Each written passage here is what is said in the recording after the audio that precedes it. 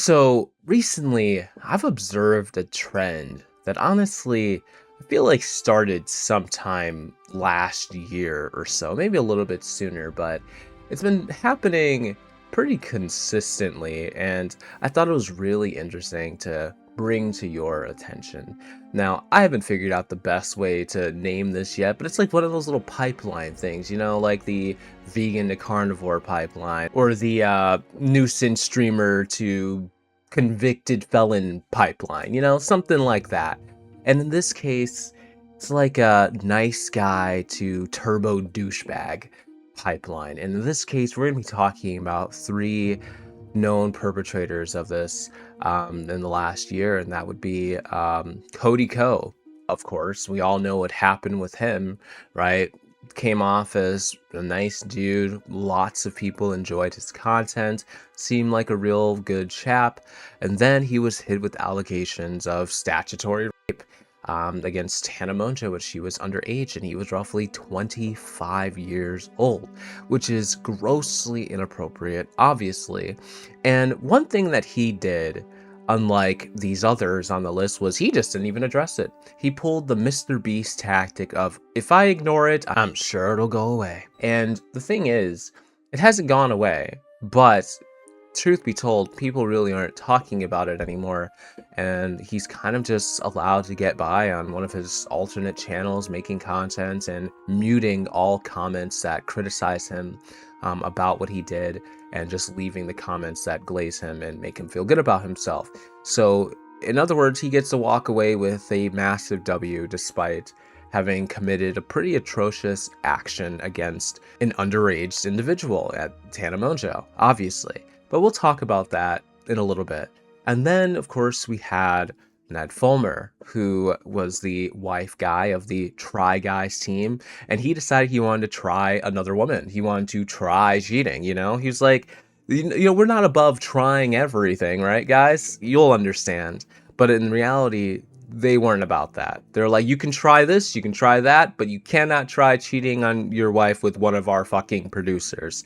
That was crossing a line for the Try Guys, and people naturally kind of stopped supporting Ned entirely because, he obviously had a family, he had kids, a wife that, loved him dearly, and he betrayed them, betrayed his fans, betrayed the Try Guys, and made an absolute clown of himself, a total ass.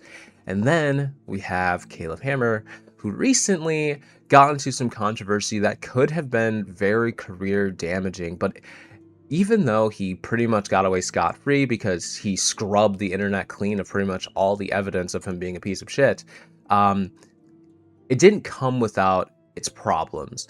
And the biggest thing was that he showed his whole ass, right? He showed his full deck of cards, everything he's been playing with up until this point, and the mask has come off, and he has revealed himself as same type of douchebag as the rest of the people on this list. In fact, Caleb Hammer might even be worse as he continues to prey on people who are in financial struggles, women especially. There's a whole story about how he got banned from dating apps for really uncomfortable, fake nice guy incel behavior that is truly dangerous. But anyway, let's start with case number one, that being Cody Co. Just kind of break this down in simple terms. Cody Co is about 25 years old, Hannah Monja about 17, and they met up at some sort of party. Now, there was allegations that he was allegedly infatuated with her, for a while. But even before we start talking about that, what you need to understand is Cody Co was a very, very beloved creator, even to the point where when his controversy came out, there was a lot of people who didn't even want to touch it, didn't want to talk about it. People would normally talk about just about anything or expose anybody. But Cody Co almost had this like shield, this protection because of how loved he was, and nobody expected him to turn out to be one of these douchebags. But in reality, let's be honest, the breadcrumbs were always there and the clues were always there. I mean, we had evidence and simply just to how he talked about like money, for instance, of how out of touch he was. And the thing is, he also felt that he was untouchable. Now, when it came down to this incident, it was some time ago, but that doesn't make it any less problematic. Now, they met up at some sort of party, and he already knew her, I'm pretty sure. And Gabby Hanna was actually there, and he was getting all flirtatious with Tana, and she pulled him aside and warned him that she was underage. Now, we don't know what her exact words were at the time, but when she was reporting on this, she had said that, specifically, she had said that she was underage. And Gabby would know because they were friends at the time, Gabby and Tana. And he's like, oh, okay, cool. And then proceeded to do the devil's tango that same night, despite knowing that it was illegal, despite knowing that she was underage, technically a child according to the law, and did not give a shit about it. I told a guy, I saw him making out with a girl at a party who was underage, and I pulled him aside and I was like, hey man, you probably don't know, I know she like looks a little older, she's underage, watch it. And he's like, oh my God, thank you for telling me. And then he turned. Yeah, that's probably a clip that maybe you've seen before, maybe you haven't. It's a pretty difficult to find clip, honestly. It's not an easy one to locate. So maybe you hadn't seen it. But yeah, she was talking about Cody Co and Hannah Monjo the night that he decided that he didn't give a shit about the law, doesn't matter, or he did not care about Gabby's warning either. And he was exposed for this by Tana herself. And she wasn't doing it as like, motivation to take down him or, destroy his career. She just wanted to tell her story, to say her piece about it, because to be fair, she was a victim. No matter how you spin it, no matter how you look at it, she was a victim. She could not consent. She was not above the age of consent, and therefore she was taken advantage of. And Cody Co, instead of manning up, obviously, like he should have, and taken responsibility for his actions, he just decided to zip it and mute anybody who would dare speak on it in his videos. And this is Tana basically, in one instance, talking about what happened.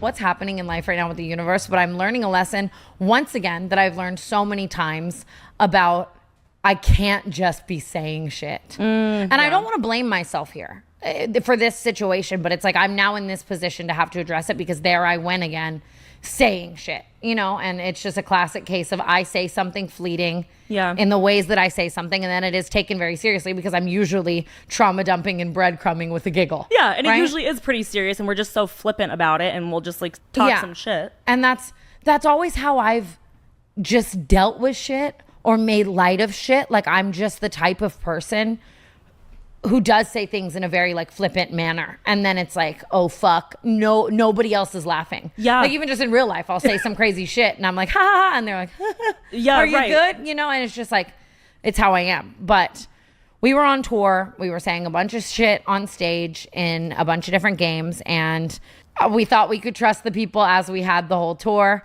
Because it really was like at every other show, we were saying the craziest shit about people, and it wasn't being brought to light. And however, I understand that this isn't just some crazy tea. It was a crime. Yeah. And I've tried to talk about this a million times, and I feel like I never have the right words. But it's everywhere all over the internet, and I know people want me to talk about it, and I'm going to do my best right now, I mean, I hooked up with Cody Co when I was 17 and he was 25. Yeah. It happened. So yeah, she said it there in plain English, exactly what, had been alleged. And Cody literally never addressed it. Now, he put out an apology, in quotations, basically being like, hey guys, sorry I haven't made videos in a while. I'm gonna do more of that, I promise. And I know there's some things out there being said about me. And if you, don't want to support me anymore, that sucks. Darn. Anyway, see you later. I have an Iron Man to do.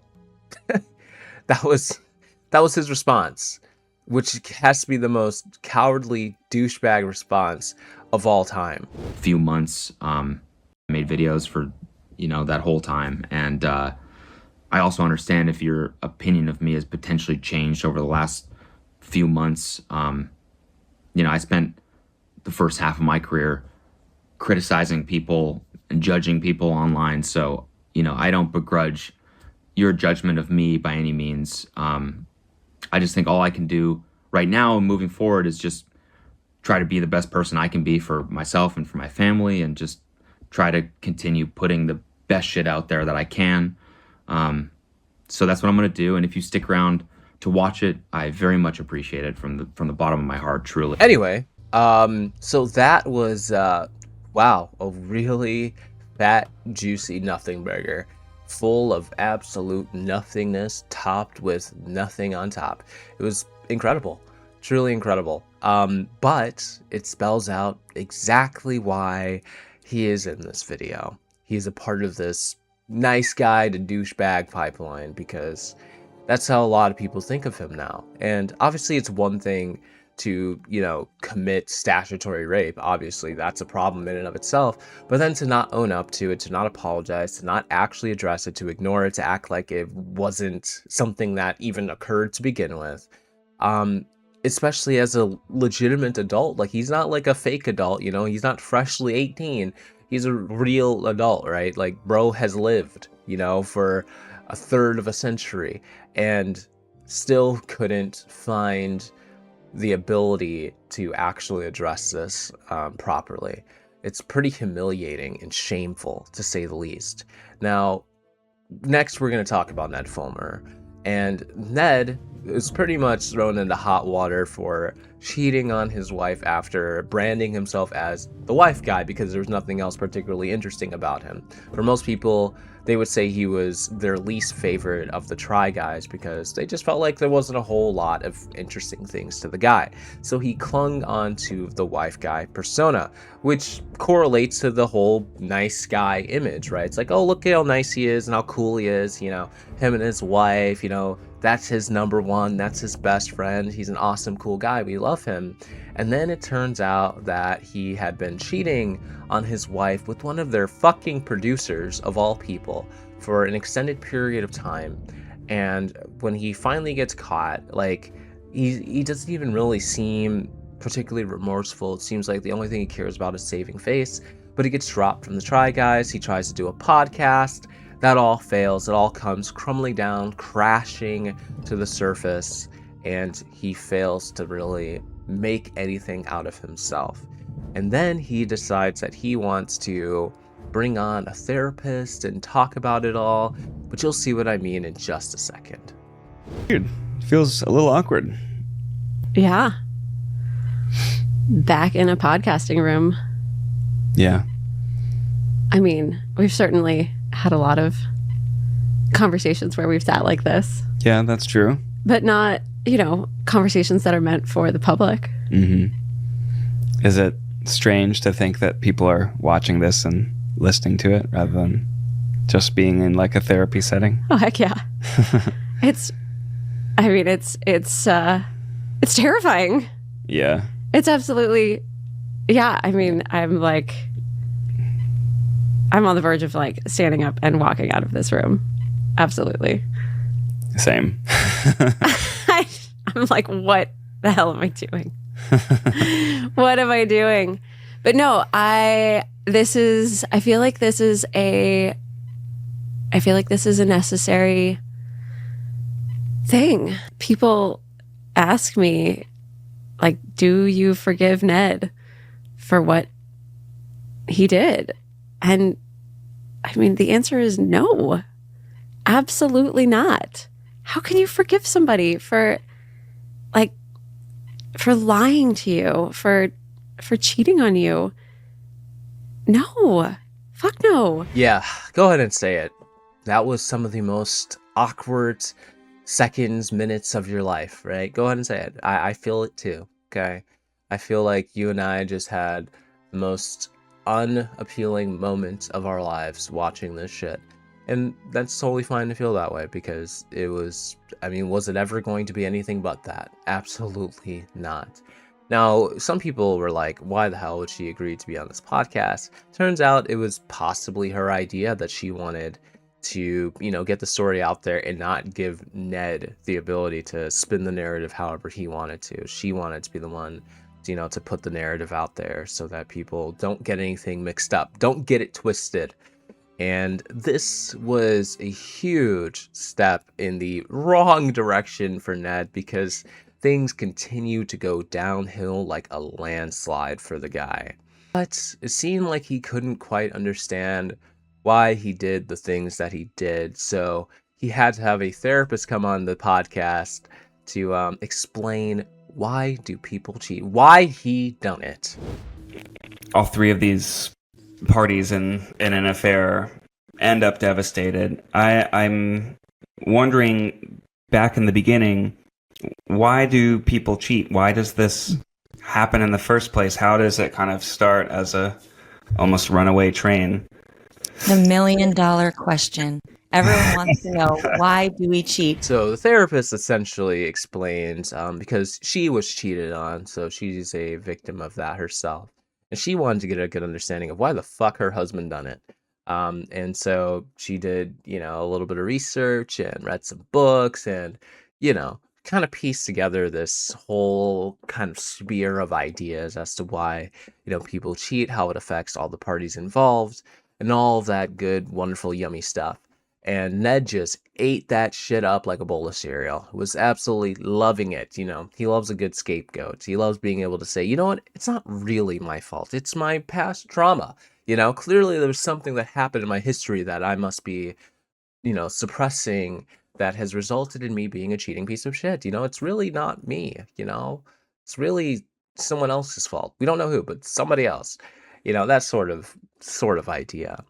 Anyway, this wasn't the end of Ned Fulmer's douchebaggery, because he went on to start harassing a kid, which is odd because, some kid made a video about him talking about his cheating scandal and all that good stuff. And Ned allegedly wasn't feeling that. So he had some things to say and decided to send the attack bots after the kid. Allegedly, we don't know this for a fact, but let's see what you think. People, including Ned, who had one of the most childish responses that I've ever seen, including sending thousands of bots to harass and give me death threats, and making YouTube take down my video. This is the story of Ned Fulmer's fall from glory as a star student at Yale to how he's threatening and harassing minors. Just a little disclaimer, there are some heavy 2026. Ned Fulmer bonded over 1,500 comments across 3 separate videos of mine. Now, I just need to emphasize that these claims are not, substantiated. We don't have proof that Ned is the one that sent these attack bots. It's possible that somebody spent their own hard-earned money to do it on Ned's behalf, but I have a hard time believing that there's somebody out there who would do that. But granted, there's somebody out there who would do just about anything. So, hey, maybe it was just a die-hard Ned Fulmer supporter who just couldn't handle seeing their dearest Ned being bullied by some kid on the internet, so they had to do something about it. Now, Ned didn't exactly deny these claims like in a Twitter post or anything, and we know that this guy has seen it because I think he did have some sort of response to this in some way, shape, or form, or alluded to it. I'm really not 100% certain. Either way, this kid was attacked by some bots, had videos removed, literally could have been something that, whoever did this to him could have been sued over because there were damages. These videos were monetized, and therefore this came after his income. You can argue that there were damages. Anyway, that's really it for Ned, what I want to talk about.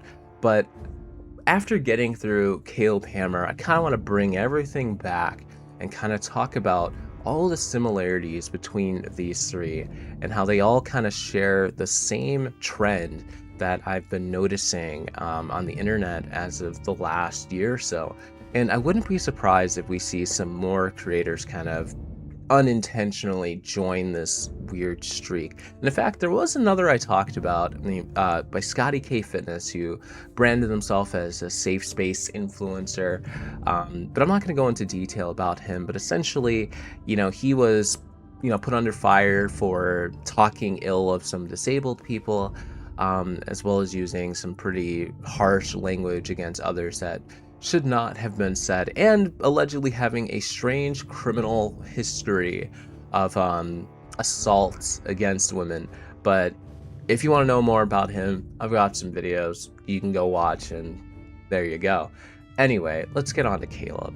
Now, just in case you don't know much about the guy, he runs a channel called Financial Audit. That's his, his show or whatever.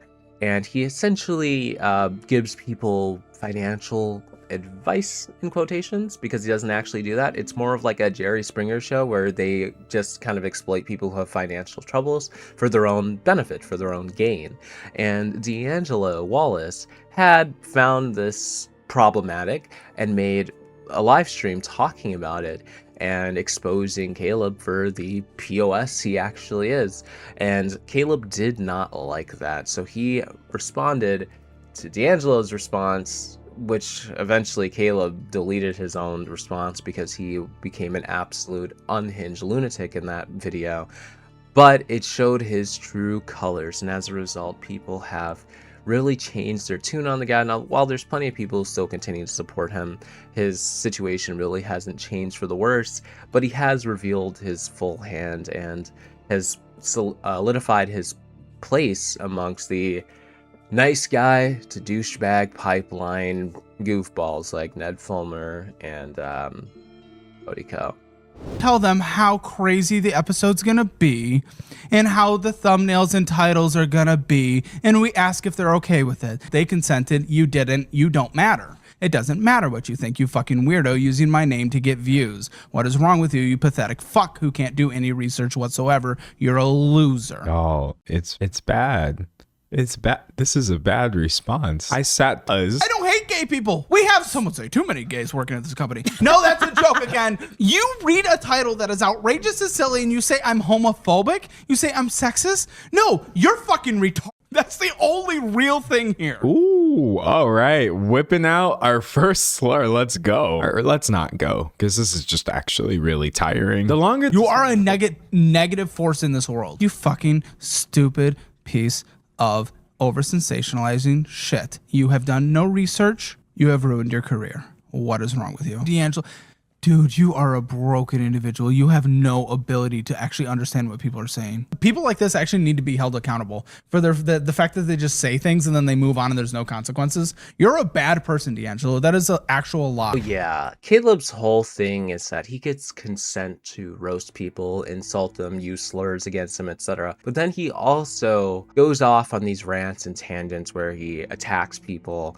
uses slurs against them, basically crashes out without the person's consent either. So it makes you question whether or not consent actually means anything to him, which I can't really go into detail about this because it's more of a story that I'd have to read to you than like video. But I do have a video about this, talking about how Caleb Hammer essentially ruined his dating life. And that is how he got himself banned from all dating apps temporarily, because, having money and connections can change that in the blink of an eye. But it was because he essentially got involved with a date of his, lied to her about where he lived, convinced her to go to his home where he tried to hook up with her, which was never a part of the contract. She had never expressed interest in that. In fact, he had said that that was not his goal and assured her of that as a way to get her to come to his home. And while there, he made her extremely uncomfortable. The whole situation was absolutely atrocious that she had to write about it on Reddit.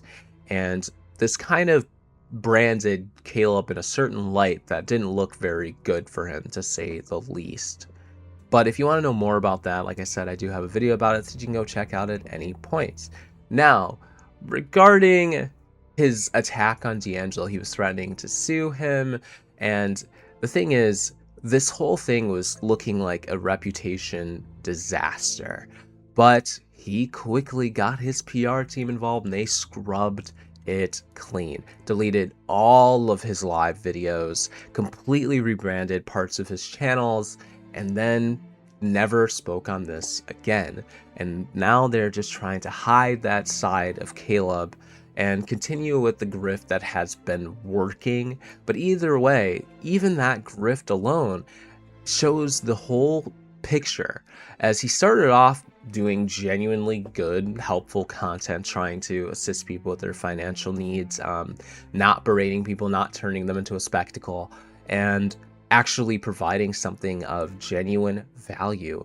But it has been deteriorated to a point where now his show is nothing more but a little drama, like Jerry Springer, where you come on there to be embarrassed, to be berated, to be insulted, to be turned into a joke, with the promise that maybe you might get a little bit of help with your finances at the end of it. In which case, this has been extremely exploitative. And the fact of the matter is, Caleb has admitted that his guests sign NDAs, that they are not allowed to speak about what they experience on his show or whatever it is without, his approval. And that alone makes it pretty clear that there's something extremely sketchy and problematic going on in this entire thing.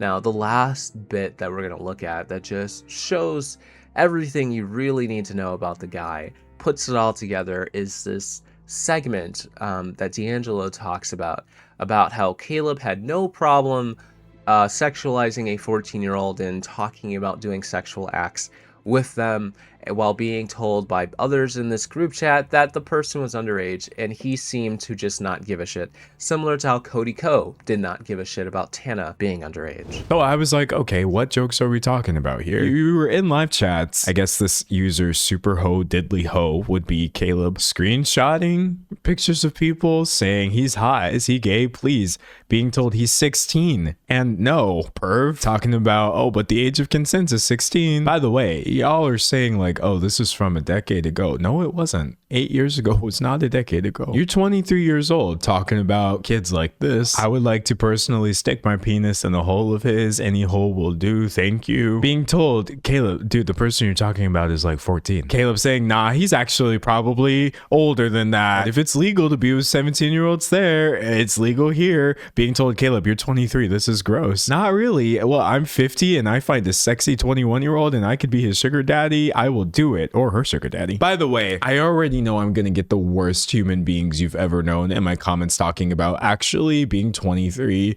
and making sexual comments about 14-year-olds wouldn't be pedophilia, because technically, don't get me banned off. I think you've heard what you needed to hear at this point and don't need to hear any more.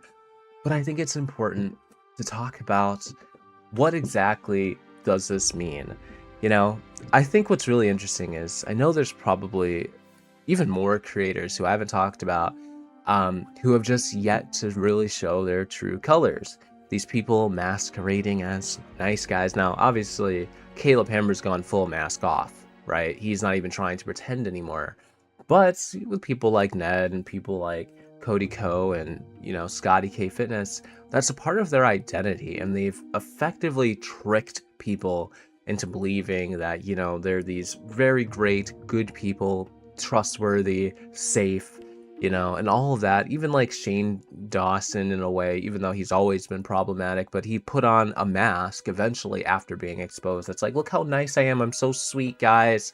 I just made little mistakes in the past. I didn't mean it. I didn't mean to hurt anybody. And it's like, it's all fake. It's all showmanship. We've seen their true colors many times before. And so honestly, people like Shane Dawson are probably close to what I would call like the ground zero of this trend, but it's interesting seeing it unfold and become more prevalent here in the 2025, 2026. So I want to know what you guys think about this. Is this something we're going to be seeing even more of going forward? Will this be the year of exposing the fake nice guys of social media? I don't know, but it seems to be happening. Anyway, I'll see you all next time.